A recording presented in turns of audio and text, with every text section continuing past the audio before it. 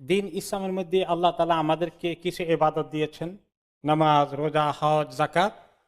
এছাড়া আমাদেরকে তিনি মুআমালাত দিয়েছেন, সেগুলোও এক ধরনের ইবাদত। যদি আমরা সেগুলোর মধ্যে আল্লাহ তাআলা এবং তার রাসূলের সুন্নাহ অনুযায়ী সঠিকভাবে পালন করি।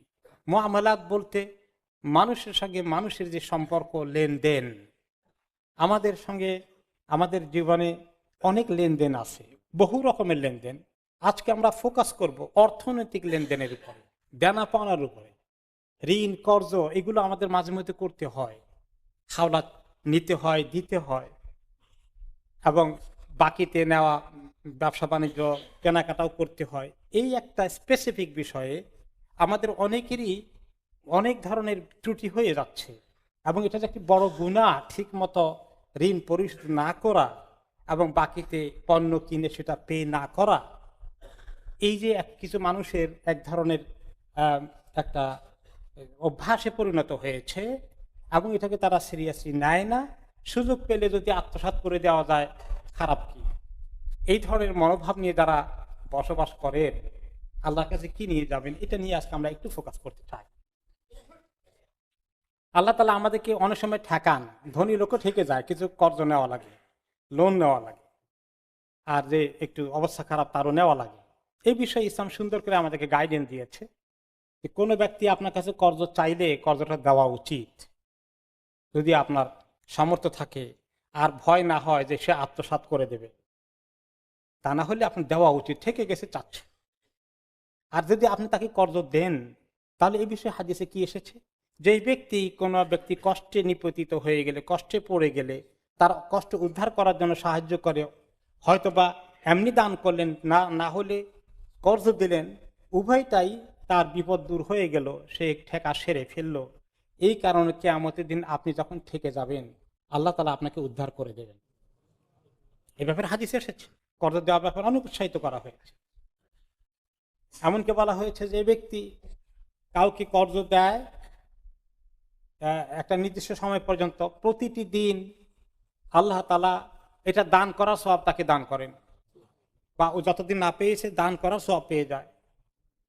আর যেই ব্যক্তি ওই যে নির্দিষ্ট সময় দিয়েছিল, সময় পার হয়ে গেছে, দিতে পারছে না, ঠেকে গেছে, সে সময় দেয়, তাহলে আল্লাহ তাআলা তাকে 2 বার সদকা করার সওয়াব দান করবেন, কিন্তু টাকা ঠিকই পাওয়া যাবে যখন সে দেবে।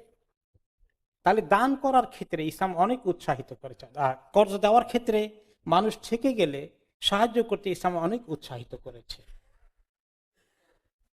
কিন্তু যারা মানুষের এই সুযোগ নিয়ে কর্জ নেয় অথবা বাকিতে নেয় কিন্তু দেয় না ফেরত ঠিক মতো, না দেওয়ার ফন্দিতে ঘুরে, তাদের ব্যাপারে সাংঘাতিক কথা, শক্ত কথা এসেছে। এটা হাদিস রাসূলুল্লাহ সাল্লাল্লাহু আলাইহি ওয়াসাল্লাম বলেছেন, বড় বড় কবিরা গুনার পরে আরেকটি বড় গুনাহ আছে, যেমন শিরক, খুন খারাপি, এগুলোর পরে একটি অন্যতম বড় গুনাহ আছে। যেই ব্যক্তি কর্জ করলো এবং কর্জ শোধ না করে মরে গেল, আর এটার ব্যবস্থাও করে গেল না যে কিভাবে শোধ হবে, তাহলে সেই ব্যক্তি অন্যতম একটা বড় গুনাহ নিয়ে আল্লাহর সঙ্গে তার দেখা হবে।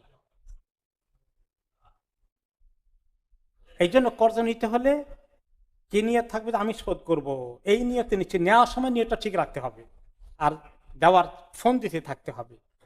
যে ব্যক্তি কারো থেকে কর্জ নেয় অথবা বাকিতে কোনো ক্রেডিটে কেনাকাটা করেছে, দেওয়ার ইচ্ছা আছে ঠিক মতোই, তাহলে আল্লাহ তাআলা তাকে দেওয়ার ব্যবস্থা করে দেবেন, তাকে সাহায্য করবেন।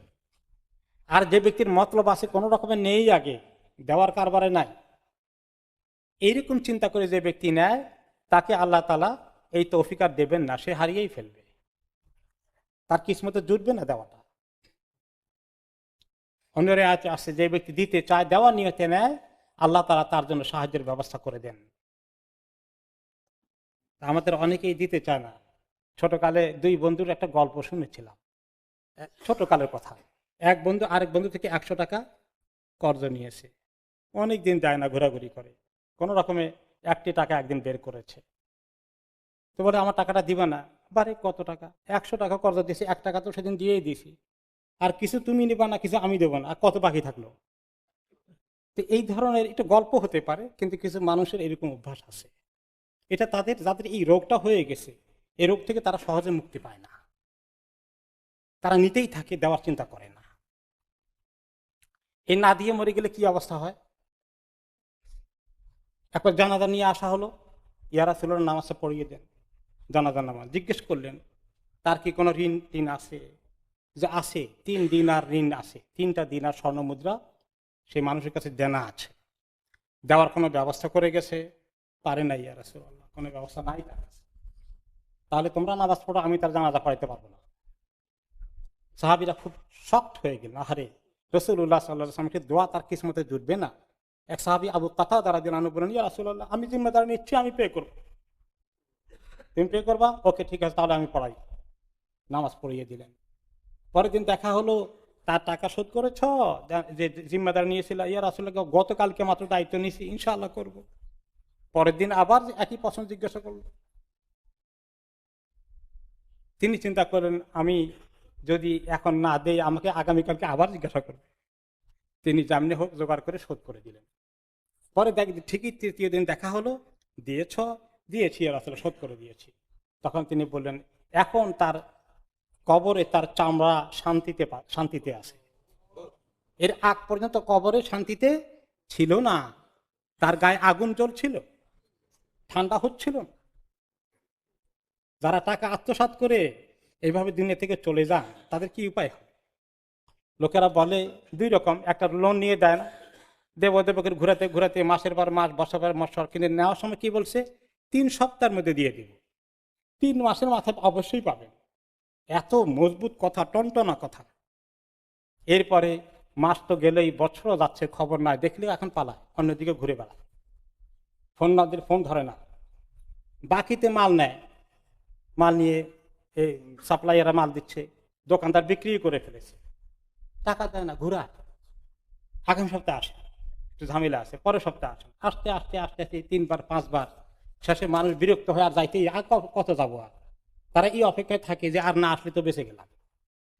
এভাবে করে ঋণ নিয়ে এবং বাকি বকেয়া মাল নিয়ে বিক্রি করার পরেও দেয় না। বিক্রি করতে পারে নাই যদি, সেটা একটা কথা, বলে যে শেলফে দেখছি সব বিক্রি হয়ে গেছে, তারপরেও টাকা দেয় না। এই যে মরে যাবে না দিয়ে কোনো চিন্তা নাই।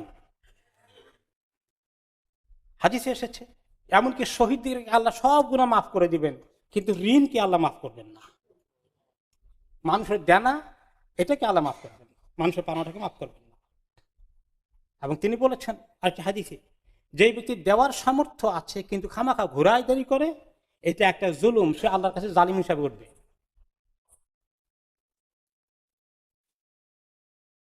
এখন হলো যে কিছু লোক আছে যে সত্যি দেনাদার হয়ে গেছে, দেওয়ার মতো অবস্থা নাই। এখন আপনি তার গলা টিপে আদায় করতে চান, তার তো অবস্থা নাই, তার বিরুদ্ধে কেস করে দিলেন, কিন্তু দেবে থেকে? এরকম যদি অসহায় মার্কা হয়ে যায়, তাহলে তার প্রতি আবার ইহসান করতে আল্লাহ তাআলা আমাদেরকে অনেক উৎসাহিত করেছেন। হাদিসে রাসূলুল্লাহ সাল্লাল্লাহু আলাইহি ওয়াসাল্লাম বলেছেন, যে ব্যক্তি চায় যে কিয়ামতের দিন আল্লাহ তাআলা তাকে কিয়ামতের শক্ত কঠিন অবস্থা থেকে পার করে দিবেন, তাহলে সেই জন্য যে দিতে অসমর্থ, তাকে যেন সময় বাড়িয়ে দেয়। পাওনা ছিল দিতে পারছে না, জোর জবরদস্তি আদায় না করে তাকে যেন সময় দেয়, আর যদি পারে তাহলে তাকে মাফ করে দিক।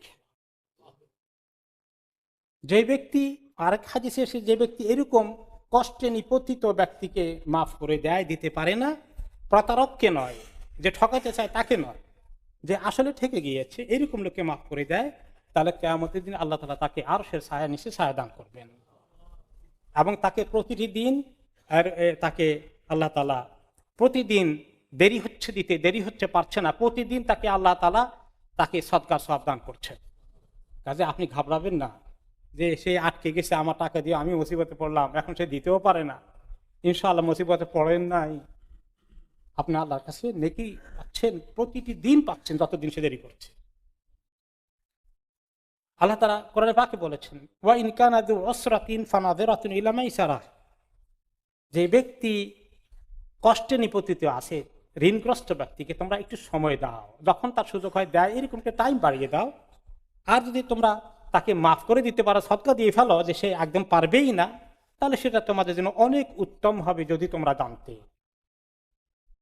বনি ইসরাইলের একজন লোকের ইন্তেকাল হচ্ছে, ইন্তেকালের সময়, ইন্তেকালের পরে তার হিসাব হচ্ছে। দুই রকম হাদিসে আসছে, একবার ইন্তেকালের সময় কথা আসছে, আরেক সময় আসছে আল্লাহ তাআলার সঙ্গে যখন হিসাব নিকাশ ফেরেশতারা দাঁড়িয়ে পাল্লায় আমল রাখছেন, তখন সে লোকটাকে জিজ্ঞেস করা হলো, তুমি তো অনেক ধনী মানুষ ছেলে, তুমি কি আমল নিয়ে আসছ, কি আমল আমার কাছে আজকে আছে দেখাবো। তো বলে যে কোনো আমল তো ভালো কিছু তো নাই, শুধু একটি আমল মনে আছে, যে আমাকে আপনি ধনী করেছিলেন আল্লাহ, আমি লোকদেরকে ধার করতালি দিতাম, বাকি বাকি নিলেও দিতাম, কিন্তু আমাদের তাদের গলা টিপে আদায় করতাম না, যদি তাদের দেরি হয়ে যেত আমি তাদেরকে ছেড়ে দিতাম, অনেক সময় মাফও করে দিয়েছি। তো আল্লাহ তাআলা বলেন ফেরেশতাদেরকে, এই বান্দাকে মাফ করে দাও, ছেড়ে দাও, সে ছাড়তে পারে, আমি ছাড়তে পারি না, আমার ছাড় হক আরো বেশি আছে। আল্লাহ তাআলার কাছে এই ঋণগ্রস্ত হয়ে যারা আছেন, কিভাবে ঋণগ্রস্ত থেকে মুক্তি পাবেন, আল্লাহর কাছে দোয়া করতে হবে। একটি সুন্দর দোয়া নবী করিম সাল্লাল্লাহু আলাইহি ওয়াসাল্লাম শিখিয়েছেন, আল্লাহুম্মা ইন্নী আউযু বিকা মিন গালাবাতিদ দাইন ওয়া গালাবাতিল আদু ওয়া শামাতাতিল আদা। আল্লাহ, ঋণগ্রস্ত হয়ে থাকার চেয়ে আপনার কাছে পানা চায়। কাজে ঋণ নেওয়ার ক্ষেত্রে সতর্কতা, একান্ত না থাকলে কখনোই ঋণ নিতে নাই, কর্জ করতে নাই। আর দুশমন আমার উপরে প্রভাব বিস্তার করতে, সে থেকে আপনার কাছে পানা চাই। আর দুশমন যদি দেখে আমি মুসিবতে পড়ি আর দুশমনের খুব সুখ লাগতেছে, এই অবস্থা থেকে আপনার কাছে পানা চাই। আর যখন আপনি আপনার যে আপনাকে লোন দিয়েছিল টাকাটা শোধ করবেন, টাকাটা শোধ করে দিয়ে তাকে একটু শুকরিয়া জানাবেন, তার জন্য দোয়া করবেন। নবী করিম সাল্লাল্লাহু আলাইহি ওয়াসাল্লাম একবার 40 দিরহাম বা দিনার কর্জ নিয়েছিলেন এক সাহাবীকে, তারপর শোধ করে দেওয়ার সময় জন্য দোয়া করলেন, বারাকাল্লাহু লাকা ফি আহলিকা ওয়া মালিক ইন্নামা জাযাউস সালাফি আল হামদু ওয়াল আদা। আল্লাহ তাআলা তোমার পরিবার, তোমার টাকা পয়সার মাল ও দৌলতের মধ্যে আল্লাহ তাআলা খায়র ও বরকত দান করুন। তা যারা কর্জ দেয় তাদের শুকরিয়া আদায় করা উচিত এবং তাদেরকে ঠিক মতো দেওয়া উচিত, পে করে দেওয়া উচিত। আসুন, এই যে সুন্দর একটা সিস্টেম আল্লাহ তাআলা আমাদেরকে দিয়েছেন, আমাদের এটাকে সঠিক ব্যবহার করি, মিস ইউজ যেন না করি। যে ব্যক্তি মানুষের টাকা পয়সা নিয়ে এইভাবে করে আত্মসাৎ করে ঘুরে বেড়ায়, সে যে কি বিপদ কি মুসিবতে আসে, এই রকম অবস্থা থেকে আল্লাহ তাআলা আমাদেরকে পানা দান করুন। আমরা যারাই আসি এরকম অবস্থায় আসি যে মানুষের টাকা নিয়ে দিতে চাই না, আমরা তওবা করি, ইস্তেগফার করি, দেওয়ার চিন্তা করি, জায়গা জমি বিক্রি করে হলেও দেই। আখিরাতে আল্লাহর কাছে এত বড় মুসিবত নিয়ে যেন আল্লাহ আমাদেরকে হাসরের দিনে না উঠান।